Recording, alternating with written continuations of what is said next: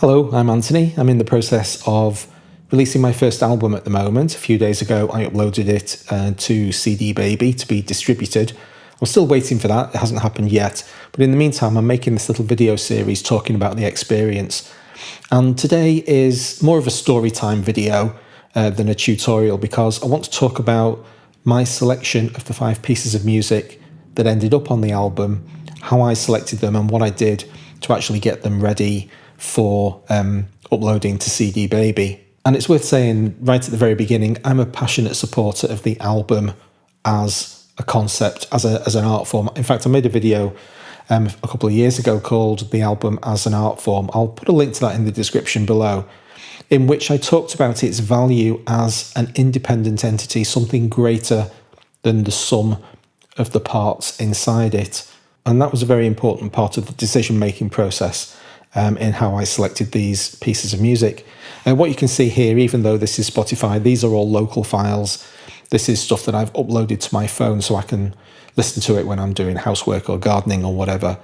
And I do this with all of my music. You can see the various folders here, where basically anything that I've written in the past 6 years while I've been running this YouTube channel gets uploaded to my phone, and I listen to this stuff and do my own kind of personal filtering, come to any conclusions as to whether or not the stuff's any good or bad. The worst time to try to decide whether a piece of music is any good is after you've just finished it. I personally need to give it a very long period of time and can quite regularly go months without listening to any of my music at all. And when I come back to it, I've got fresh ears and I'm able to be a little bit more objective about the stuff that's actually worth keeping. And one of the things that I do personally is I'll pull songs or instrumentals, pieces of music of mine, into bits and pieces and choose the best bits, throw the worst stuff away, and very often refactor it. So there's a bit of a story to tell about these pieces of music that ended up becoming The Machine. In terms of order of composition, Moments Piece came first. That was March 23. I wrote a Moments Piece. All of the original versions of these pieces are on my channel if you want to hunt them out. And if you did so, you would discover that they were dramatically different from the versions that you see on this album. So Moments Piece ended up being all of this is instrumental, by the way, a 9.5 minute piece. The original was over 18 minutes in length, and it was deliberately written as a mood piece, very, very slow, very evolving. And whilst I enjoyed quite a lot of the stuff that was in that piece, I determined that it was actually just too long. And when I was listening back to it on my phone, I would very often just skip over it because I thought, oh, I'm just not going to invest 18 minutes in that piece. I basically got my timing slightly wrong. And so when I lifted the hood and refactored it into the piece of music that it ultimately ended up getting released on this thing, then a large part of that was the editing process. And it's really, really hard to throw your own music away. But somehow, I managed to cull almost 50% of the piece away into a form that I'm now much, much happier with. It retains all of the original characteristics of the piece. I'm really pleased with how it develops now, how it evolves over those nearly 10 minutes, but it doesn't drag in the same way that the original piece did. I can put this music on in the background while I talk over the top of it, can't I? Now, the thing with Moments Piece is that it had stuff like that in it.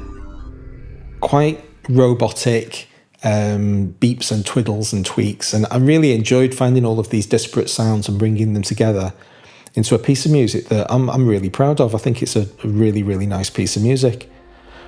It's got lots of kind of orchestral string stuff, but you can hopefully feel that it really takes its time. But we do have these more mechanical sounds in the background.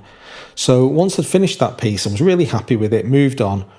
Several months later, let me just check my notes, November 23, so November of the same year, I wrote a second piece of music that during the composition of it, this is The Machine, by the way, I discovered that there was a lot of kind of commonality between these 2 pieces. So here's The Machine. And again, I was discovering that I was using quite industrial sounds.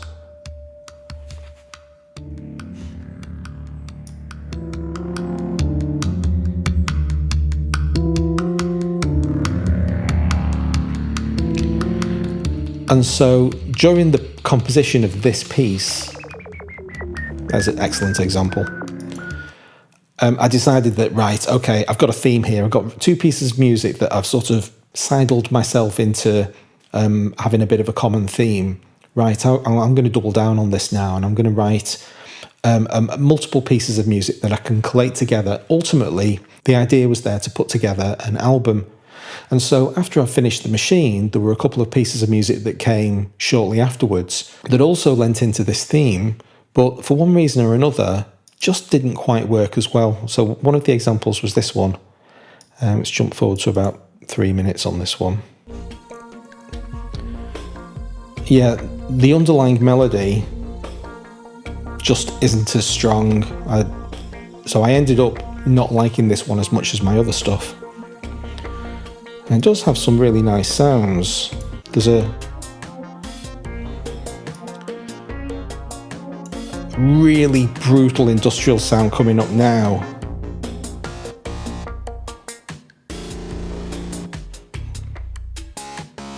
For some reason, I absolutely love that sound, and that's kind of one of my favourite moments in this piece, despite the fact that the piece itself needs a lot of work. And so when I was collating this album, this was a contender to make it.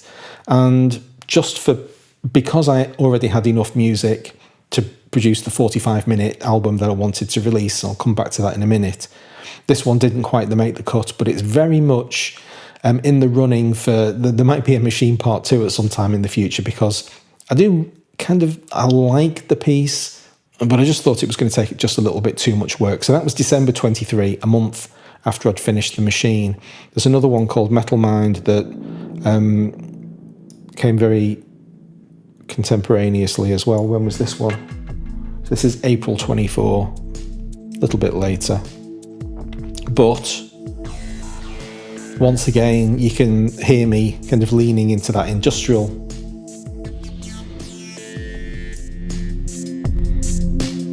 thing.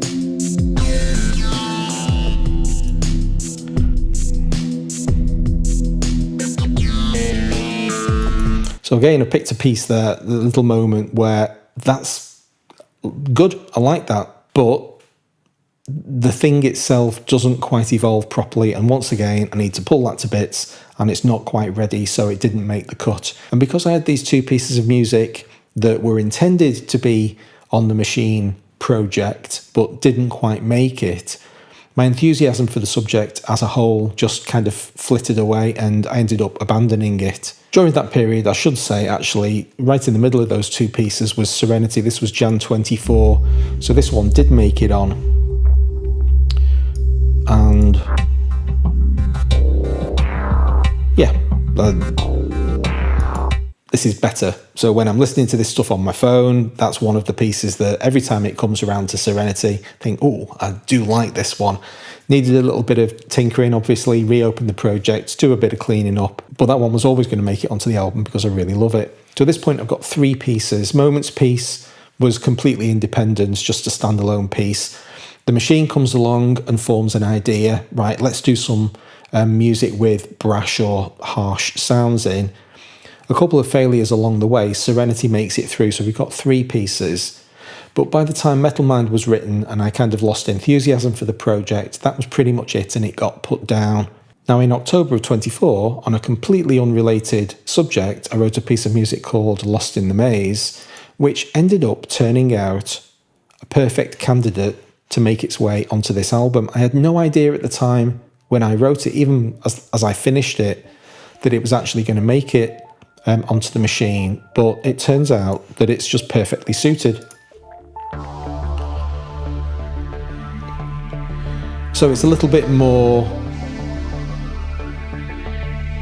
gentle, I suppose. It doesn't have any really brutal industrial sounds, but it definitely has the same kind of feeling. And I only discovered this in retrospect when I was going back listening to music that could potentially be a candidate for being included in this project. Lost in the Maze and Haptic Vision both threw their hat into the ring, and they both made it into the final product.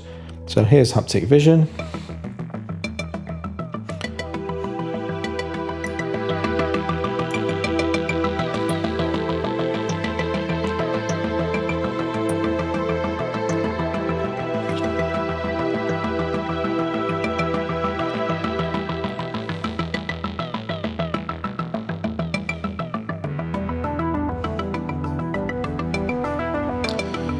This is the most explicitly Jarre-like of them all. I'm the biggest Jean-Michel Jarre fan.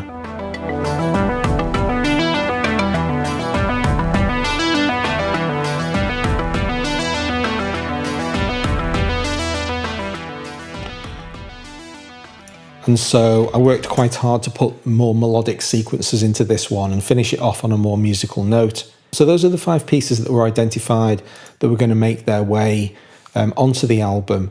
Then I had the process of going back in and sorting out any of those flaws that I'd identified over time. I can't imagine ever releasing a piece of music within 6 months, less than 6 months of it actually being finished, because I don't have enough confidence or faith in myself to correctly identify whether or not it's actually ready to go.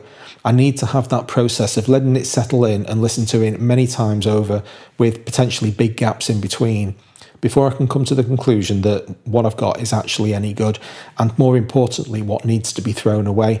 In each one of the cases of these 5 pieces of music, I think they all got shorter. So that editing process, it appears that when I first complete a piece of music, these extended instrumentals, they're all too long. There's all just bits in there that is unnecessary fluff that's not adding to the story. Now that's definitely something I can work on in the future, but for now at least I've identified that it's an issue and I have an opportunity to fix it, because until the thing is actually published and live in the world and available on the likes of Spotify and Apple Music or wherever, I'm pretty much free to do whatever I want.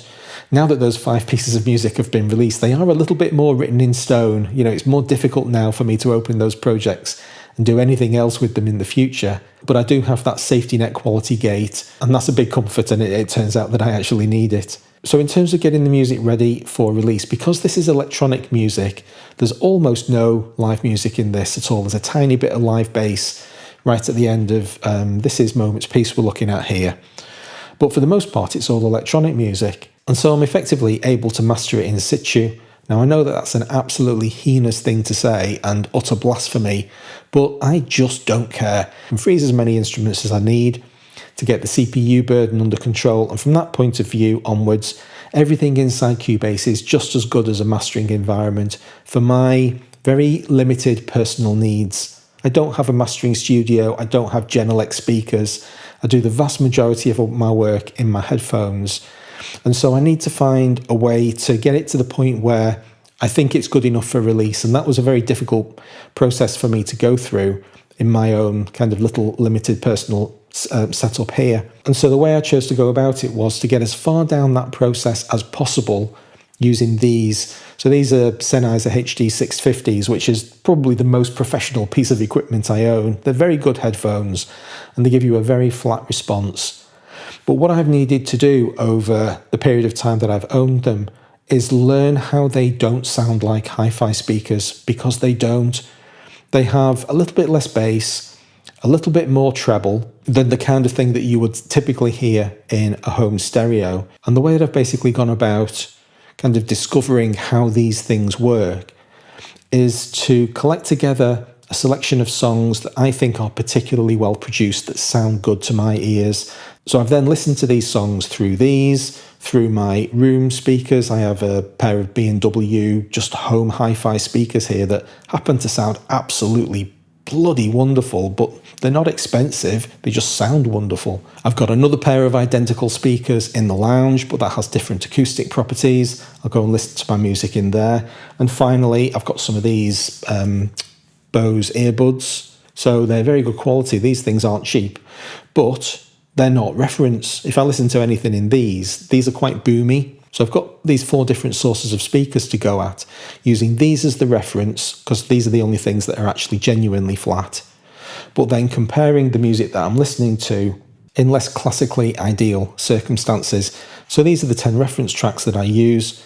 The one that I actually focused on most when compiling the machine was Protection by Massive Attack, because first of all, it's more of the kind of electronic side of things rather than something like, I don't know, Jesus to a Child or Fields of Gold. Beautiful songs, but less akin to the kind of music that I'm writing.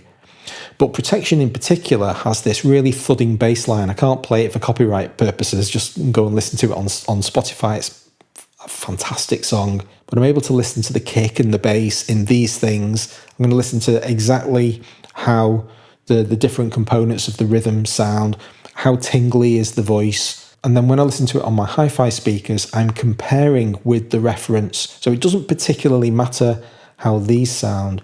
I need to compare it with a real-world hi-fi environment, much more consumer-oriented ways of listening to them. And I'm drawing direct comparisons, going literally into different rooms, listening to the same piece of music in all four of those environments, and actively identifying, making notes about how each of the different components of the song, the piece of music sounds, so that when I mix in these things and I get it sounding as good as I possibly can, I know that that's not quite the end of the job. One of the things that I identified is that everything was sounding just a little bit flat. And I wanted a one-stop solution to just basically slew that EQ curve. So I'll get it sounding absolutely great in my headphones.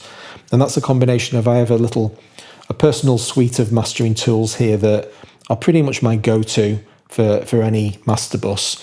So I use the API 2500 compressor, just a very tiny little bit of glue kind of sticking everything together. This Arturia Trident boosts the stereo separation, so this is a mid-side mixer. And then at the end of the chain, I'm sending it through the Pultec, which warms everything up. Again, a little bit more glue. This is one of these things that you hear so many producers talking about, putting Pultecs in their mastering chain, that I basically just tried it and discovered that, yes, it does sound absolutely fantastic. So I get it to the point where it sounds as good as it possibly can. And then, having decided that I am finished and that's as good as I can make the mix, I then send it through this plugin. This is an emulation of a mastering EQ called the Sontec, which is like insane money. I would never be able to afford one of these things. Obviously, with it being an emulation, you're not going to get the full value of the real piece of kit. I know, once again, I'm trying very hard to use the right tool for the right job. I'm relying on this tool to do exactly what it says on the label. I'm asking it to give my mix fresh air. Now, it's a slightly edited preset, but this is quite similar to the preset that comes basically out of the box. And I've discovered that this makes things sound a little bit overly bright in my 650s, but I've got the confidence to know that when it goes to the room, it's the exact makeup between those two environments that I'm looking for. So now when I listen to my piece of music in either this room or the lounge or my buds, it sounds much closer to the rest of the music that I'm listening to in those environments, thanks to this one-stop shop. Now, if this is cheating, I don't want to play fair, because it's done exactly what I want it to do. Now, when I'm listening to my album in those more hi-fi oriented environments, it's sounding exactly how I want it to. I can't find a way to make it sound any better. So very pleased to have made that discovery. That's a significant boost in my kind of mastering heuristic, if you like. So right at the end of the chain, we send it through Ozone. Despite all recommendations to the contrary, Isotope tell you explicitly not to do this, I send my entire piece of music through Ozone, listening at the threshold of -14. I'm not asking Ozone to do anything to the music at all. I've actually left a tiny bit of dynamic EQ on these tracks because, generally speaking, I do tend to find that the dynamic EQ is better on than off.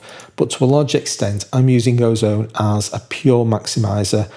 I want it to listen to the entire piece of music and do whatever it requires, whatever it needs to do with the noise floor to get it to -14 LUFS. That's the standard flat line distribution mechanism. If CD Baby then alter that for different platforms, I know that some platforms take -16. That's up to them, but I've done the best that I can. I've delivered a piece of music that's absolutely smacking -14 on the nose. That's as good as I can do in as transparent a way as I can possibly do.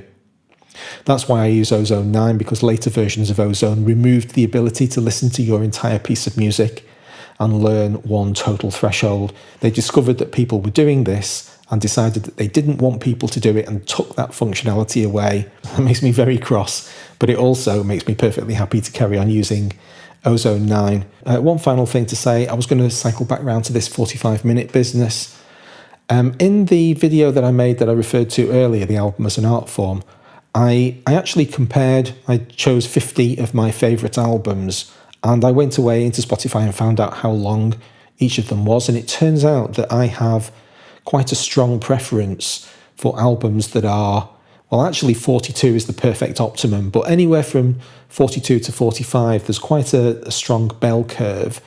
That's my favourite listening time.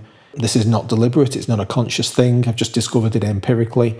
And so each time I release an album, I'm going to try quite hard to ensure that it's in the low 40s. And as you can see, 43 minutes, 54 seconds is what these 5 pieces of music came in at. Not the smartest financial decision, since CD Baby charge a single sum for the release of an album. I could release 2-hour albums and get tons of music uploaded effectively for free, but that's not what I'm in it for. I'm not going to release that many albums over the course of my life, and if each one costs me $55, then, I'm okay with that. I'm not going to compromise on that metric just to save a few quid. That seems absolutely ridiculous.